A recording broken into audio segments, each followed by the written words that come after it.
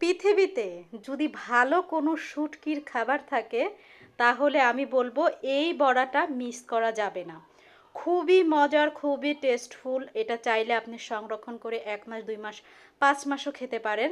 তবে এই শুটকিটা অনেক বেশি মজা।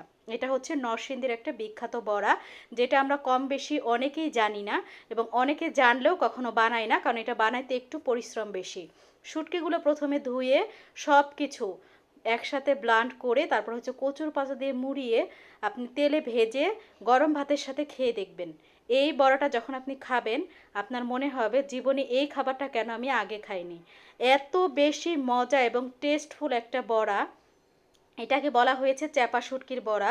নরসিংদীর এক ভাবির সাথে আমার সম্পর্ক, উনি আমাকে প্রথম যেদিন খাওয়ায় সেদিন থেকে এই বড়াটার ফ্যান আমি। সুযোগ পাইলেই আমি এটা বানিয়ে ফ্রিজে রেখে দেই ডিপে, হালকা ভেজে ডিপে রেখে দিলে যখন মন চায় গরম করে খেয়ে ফেলি।